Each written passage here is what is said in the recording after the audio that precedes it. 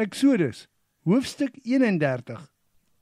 Die Here het verder vir Moses gesê, Ek het vir Besaliel, die seun van Uri en die kleinseun van Gur, wat uit die stam van Juda is, geroep.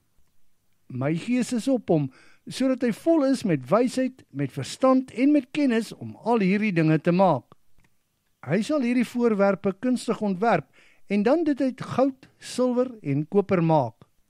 Hy sal die edelstene grafeer en monteer.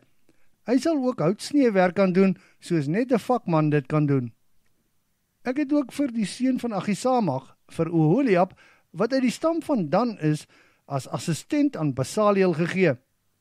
Ek het ook aan al die kunstige vakmanne die nodige wysheid gegee om die dinge te maak wat ek jou beveel het. En dit is wat hulle moet maak: die tabernakel, die ark van die getuienis, die versoendeksel en al die gereedskap van die tent, die tafel en al sy gereedskap, die kandelaar van suiwer goud en sy gereedskap, die reukaltaar, die brandofferaltaar en sy gereedskap, die waskom en sy voetstuk, die spesiaal geweefde amptsdrag en heilige klere vir Aaron en sy seuns se klere waarmee hulle diens moet doen as priesters, die salfolie as ook die wierook van speserye, spesiaal vir die heiligdom. Hulle moet alles presies net so maak soos ek jou beveel het.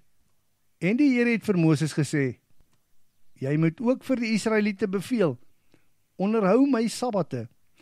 Dit is 'n teken tussen my en julle nageslag, dat ek, die Here, die een is wat julle vir my afgesonder het.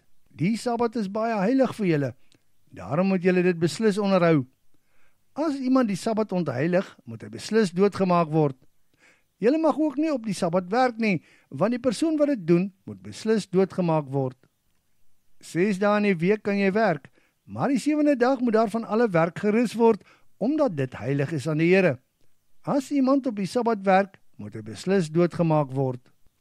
Die Israeliete en hulle nageslag moet die sabbat vir altyd hou in hulle geslagte, van geslag tot geslag, want dit is 'n ewige verbond.